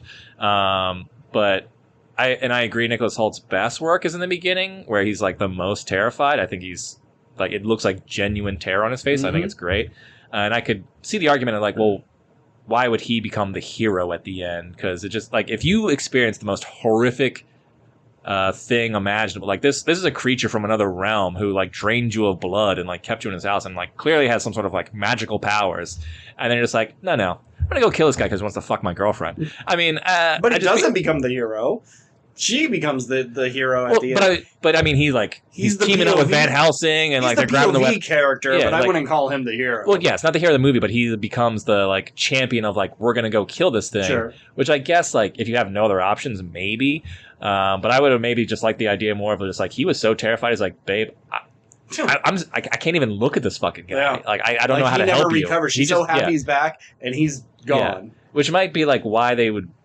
Maybe their relationship I would like a little bit more, because now we're bonded by trauma, because this thing has like sexually assaulted both of us and drained us of life, and maybe he like wants to be the hero but can't because he's just so immobilized by fear. I think that would have been an interesting choice, but it's just like, no, I made it back and now I have to like go slay the monster, and it's just like but I guess you teamed up with Dafoe. That's fine. And I think even Willem Dafoe isn't great in this. I think he's fun. He brings the most levity, and it's always good to see him. But I don't know. I didn't compare his performance in this compared to like The Lighthouse. I don't think he's really bringing it either. So I think like ambiance and aesthetic and effects, sound and visual are all good. But I think why I don't love this movie is mostly because of performances. Interesting. Okay. Something that I saw brought up that was interesting. If you look at The Witch and The Lighthouse and The Northman, he's so specific, Robert Eggers, about the language and how your characters speak. He wants to be period accurate with pretty much everything. You agree? Sure. But like everybody speaks with a British accent in this, and they're like in Germany. Sure. So you're saying you'd be happier if... I'm not saying happier. I'm just... They're speaking English, but you wanted them to have German accents? Yeah. Why? Okay. When it's like in The Witch, they're speaking English. In The Northman, they're speaking... I don't know. It's like, it's fine that it's in English, but usually they have the accent and the manner of speaking is fine for the time period. But why do they not have German accents? Is it just because German sounds kind of funny in English? And they're like, whatever, the cast is British, just let them do that? I don't know. Yeah, I'd like to know the reason. A choice. Yeah. I think it's just kind of lumped under, if we're making an American film, it doesn't matter. In Europe. Everyone's just British accents. British, yeah. Hey, if we're in Lord of the Rings and you're British there, you could be British in Transylvania or something. That part, I get it. It doesn't bother me. I would like to know if he has to have a reason for it. Yeah, I'm guessing that the language is just maybe too rough and or maybe it's like it sounds similar to his sort of maybe, Romanian voice and they want he's doing. That kind of elite poshy sound, and he's this grubby guy in a castle. Okay. If you hear anything, let me know. Yeah, I'll look into it. I'll call my people up in Hollywood when they're not putting out fires. Yeah, I think they're a little busy. Yeah. You want to talk about his looks? You didn't like how he looked? Oh.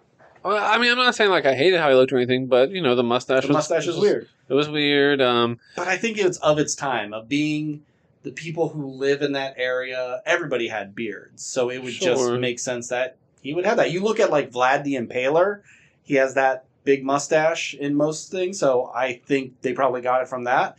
I think the mustache was off-putting at first, but it really grew on me.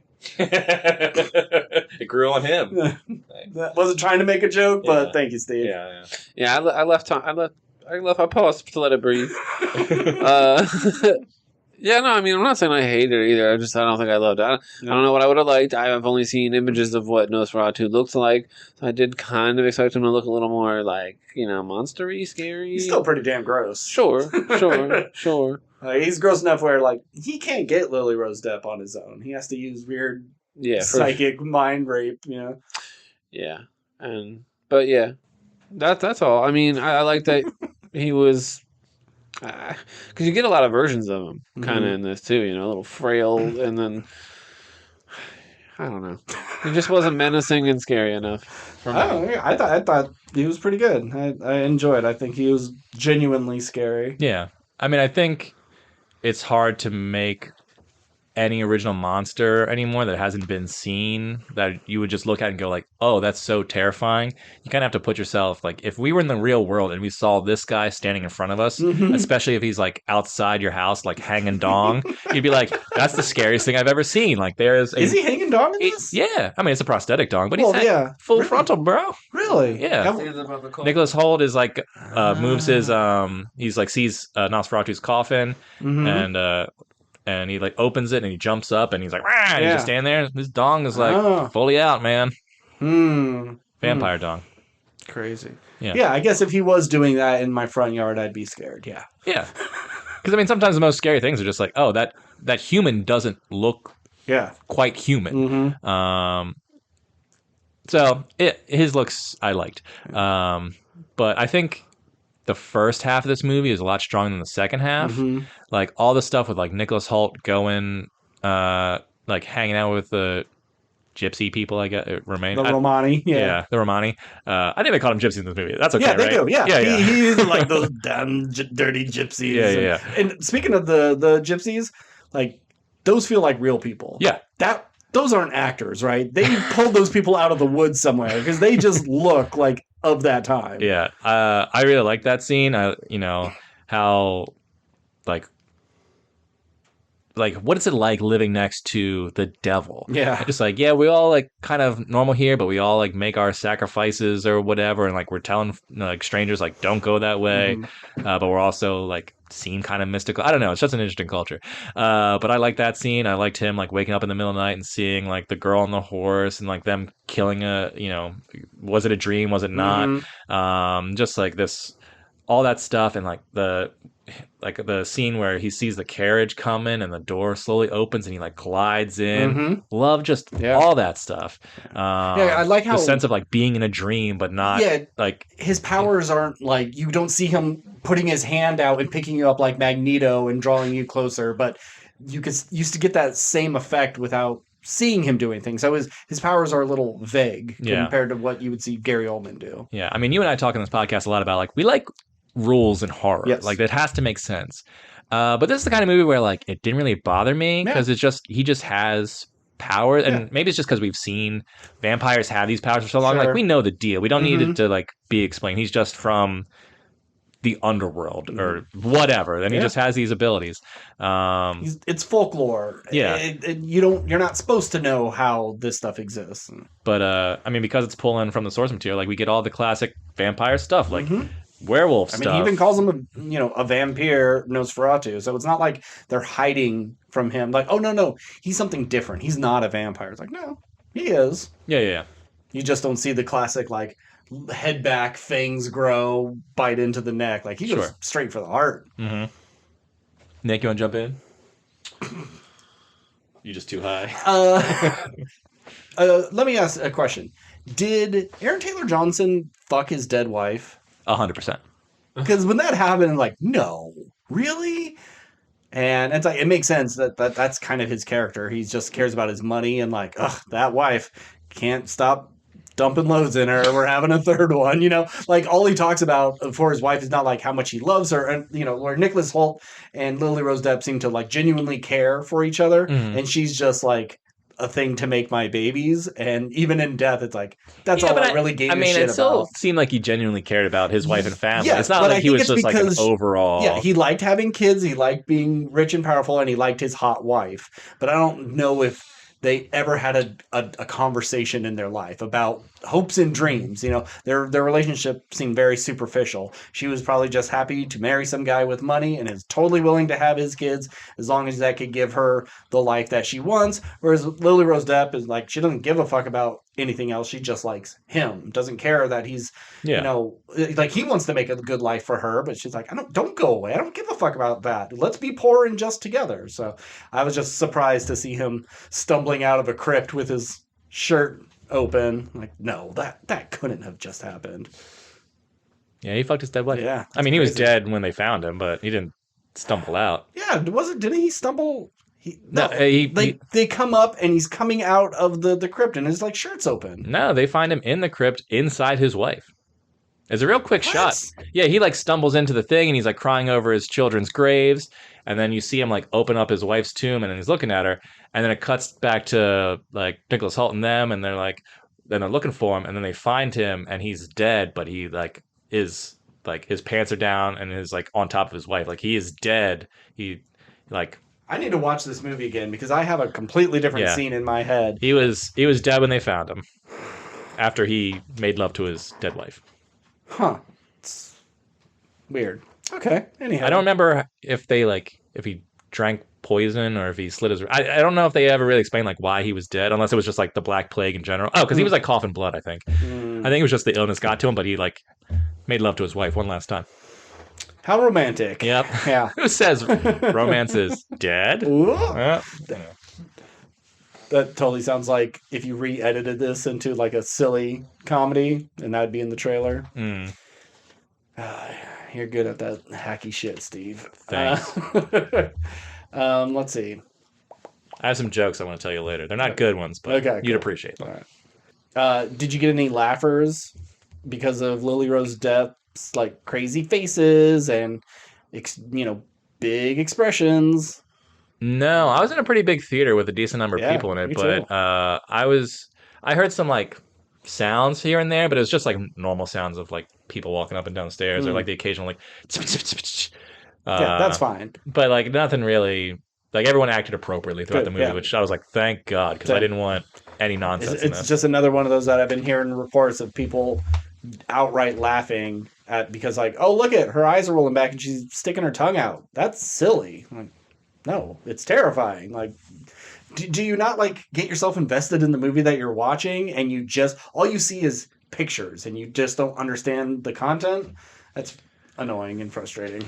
Yeah, I was gonna say I was in the first possible showtime on the first possible day. So it was in one of those small theaters too, wasn't it? Medium size. Oh, really? But everybody was there. Well, maybe not medium. Small, medium, and you know what I'm talking about. Medium. Well, yeah, because like when I was looking for that weekend, it was in 2 theaters, like 8 and 12, and like these are ridiculously tiny. And then it was not until the following weekend when I saw it that they bumped it to a big theater. I think mine was a 9. I think. Okay.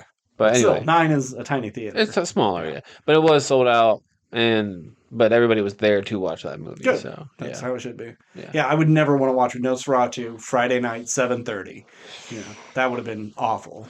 I was gonna say something earlier, and it fit into what you guys were saying. You got to speak. You got to jump in. Now it seems random, but I was gonna say because you were talking about like his powers and how they're like kind of vague, but like you kind of get what they're. Mm-hmm. They do a lot of really cool stuff just with like the shadow work to like imply what.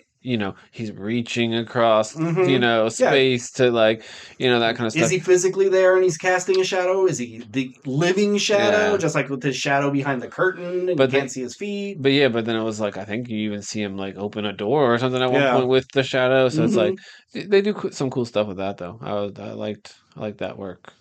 Was it you that I sent that like, Jamiroquai Nosferatu thing? The music video where he's sliding across the room like futures made of virtual insanity. You know this fucking video. He's got the big hat on and he's standing still, but like the couch and stuff is moving around. Oh my God. You guys lived in the 90s. You've seen this. Anywho, well, the joke's ruined because you don't even know what I'm talking about. Type in virtual insanity video, and just from the thumbnail, you'll go, oh, this. I remember that. The whole thing was... Nope, I don't know. Oh, wait. I think I might have seen this. Yeah, it was like... This seems familiar now. Everybody was like, oh, what is... Is he like on the side of the wall and stuff too at some point? No, just the floor. It's just... I mean, it looks vaguely familiar, but it wasn't like I see it and I'm like, whoa! But I've seen this. Like, well, how did they do that? And it's like they're just moving the house around or the walls on a surface and then attaching and detaching the furniture to the walls. And so it looks I'm pretty like sure I've only seen this music video once, and I think you were telling me about Jesus Christ. This was like non-stop. This won MTV's music video of the year. Oh. And then they disappeared after that because we can't clear this. It's fine. But I will cut it anyways because anyway, what were we talking about? No, because this is like a TikTok and it's like Nosferatu and it's like it's the song's like do-do-doon, do-do-doon as he's sliding across. Oh, that was some funny stuff. What other thoughts do I have? It's a whole lot of he's coming, I'm coming. Yeah, like it's a lot of that. Like I'm not saying that necessarily as a complaint, but after a while, it's just like we get it. Just get there already. Yeah. It's like I hesitate to say it's boring because like someone's gonna hear that and be like, "You're crazy. You don't know anything." But like it is kind of long. Long. I think it starts to dip. And I know all where it's going, too. So you know exactly how this is all going to shape up. But, like, it gets to a point, and then Willem Dafoe shows up and, brings a little life into it. And, like, okay, this is kind of cool. And then by the end, it's just, just fuck this dude and fuck him so good until the morning shows up. And, like, okay, cool. And then it's over. Yeah. I think I talked to you about it before. I just want to point out one shot I really loved in this movie was when it was Defoe and the other guy in like the hospital wing, and they're like going over the bodies, and like they're standing in front of it, and they're just having this long conversation. There's just this shadowy figure standing in the background, and the whole time you're just like, what the fuck is that? Like, is that Nosferatu? But it's like the sun's out, so it can't be him. Like, what? And then it like covers him for a second. It's like, oh, he's gonna be behind it and just be like a jump scare, and then it comes back, and then he's just like, sir, they're ready for you, and then just walks away. And I don't know, I just think it was a great shot that like set you up for an expectation that never occurred, and I think that would annoy a lot of people, but that's the kind of thing like, no, I really like that. No. But yeah, I'm gonna give this movie A minus, actually. Okay. Because I think it does everything right except be original. So that's why it's a minus. High B plus. I don't know if I put it up into the A. Give me a second. And I think there's other movies on my list that I gave lower grades. That is actually that I like more, but different. My grading scale is what it is. Yeah. So. I think I gave it a B plus because, same thing. I know this story.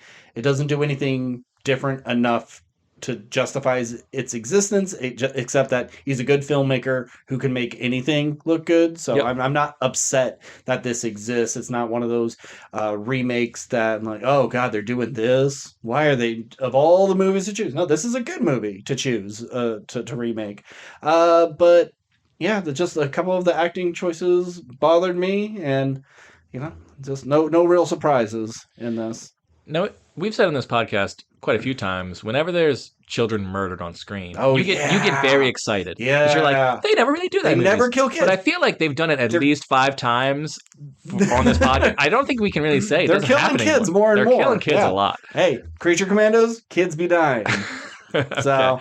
so shout out to the twins or whatever. It's like the twins and the wife, like they don't have anything to do with going on. Yeah. Just innocence.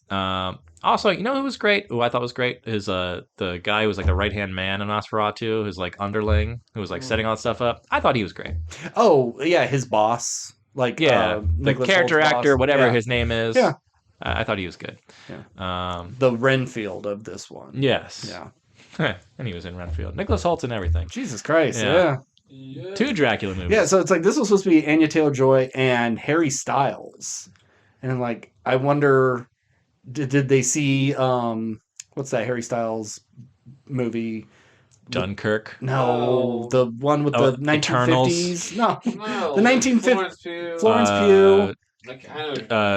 Don't worry, darling. Yeah. Yeah, I wonder if that came out and he went, I think he has the look for that time period. I don't know if I think he would have done better than Holt. I've heard people saying he wasn't good in that movie. I think he's fine. But a lot of people lambasted him for being not so good in that, and I think maybe like them looking at it and saying, "Oh, people don't like him as an actor." Well, they're not going to show up to my movie if I put him in there. But yeah, he's only done like 3 movies. It was like Dunkirk, Eternals, and then Don't Worry, Darling. Yeah. I mean, I'm sure he's done other stuff. I'm just not familiar with it. But those are like the big 3, I think. I think there's some music in there, too. Maybe. Yeah. You want to grade it? I know you do your 1 through 10. Yeah, I do 1 through 10. I'd probably give it like a 7 out of 10, which that's probably like go-to for a lot of stuff. It's so easy to give everything because it's like, it doesn't mean it's bad. It just ain't great. Yep. Like great to me is like 8 and up. Mm-hmm. Yeah.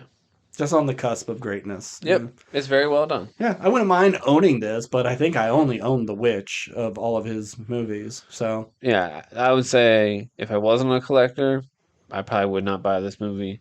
I bet this is going to have a cool steelbook or the covers I could just see. I've already seen a cover for the 4K of it, and it was nice. It was cool. I really like the covers they used for The Northman too when that movie came out. I want a lenticular of Lily Rose Depp where it's like, I know you can't see what I'm doing, but it's really funny. Cool. Yeah. Any final words? Should I see Nosferatu 1 before I see Nosferatu 2 again? Or that was terrible. Yep. I take it back. That's...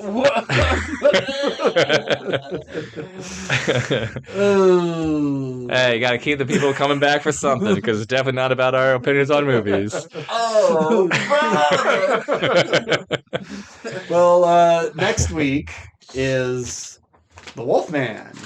Lee Winnell is the Wolfman. It's other stuff too. I think that trailer about. looks bad. Oh. That trailer does nothing for me. Well, that doesn't mean it's going to be bad. You haven't watched the movie in theater since Nosferatu. That means you've done 2 weeks where they're just getting your money for nothing. Yeah, so you got to start seeing movies, man. And that means sometimes seeing maybe a C or B- horror movie. But Lee Winnell, he killed it with Invisible Man, so why not? Invisible Man was fine. Yeah, our last movie in theaters before COVID. Did he direct any of the Insidious movies? Did he direct the last one? Why do I feel like he was involved with I think he was one of the tech guys who was like with the woman. Yeah. I think he wrote all of them. Anyway, I like the Insidious movies. I didn't see The Last Key. The Last Key sucks. But there's one after The Last Key, right? That sucks. The red door or something? Oh, I didn't see that one either. See, I like Insidious 1 and 2. I saw a skeleton key or whatever, The Last Key, whatever it's called, and I didn't hate it. No, I didn't like it. Yeah. But it's like... I don't really like 3 that much either. I'm over, like, The Conjuring and the Insidious world. For sure. I'm done. And there's, like, one more Conjuring movie this year, and then it's done. Another Insidious movie this year, and then another supposedly. Insidious. Like, let's just be done with it. For sure. Like, it's a shame that they couldn't make Bagul...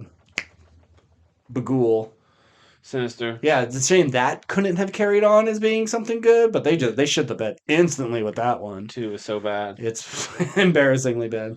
So yeah, I think what else is out besides? I was gonna say there's other things coming out, but it's like nothing that I think any of us cared about from what I remember.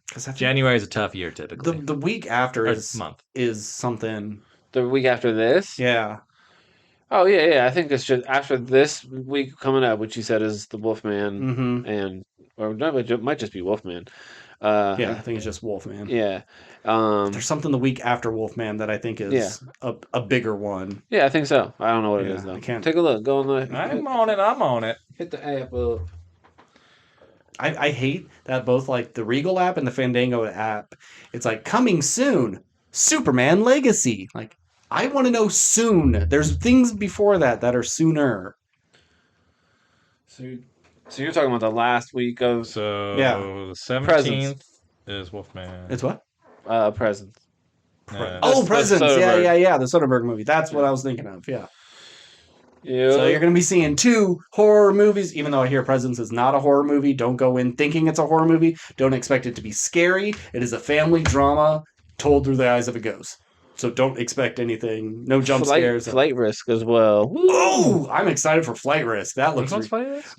Mark Wahlberg with the bald cap flying the plane with. I have not seen the trailer. I did not expect that reaction. He goes, "Oh no!" It looks like trash, and I hate Mark Wahlberg and stuff. But they're taking Eric Foreman. Topher Grace. Yes, he's gonna be put on trial against like some big mob family, and the FBI agent is telling Mark Wahlberg, who's the pilot, all about it. And it turns out Mark Wahlberg, he killed the pilot, is taken over to kill this guy so he can't testify. And they're fighting in this little like 2-seater plane the whole time. And it's directed by Mel Gibson, you know. Really? Yeah. I gotta watch. I'll say it. Mel Gibson makes great shit. He does. Bad human being, great movie maker. All right, so if you want to get in contact with us, we are at WRPLpodcast@gmail.com. We're on Blue Sky, Threads, Instagram, and TikTok for the next few days. So as always, I'm Ben. And I'm Steve. Watch Midnight Mass. Oh, yeah. If you like vampires. Nick, do you want to give your socials? Nah. All right. Keep consuming.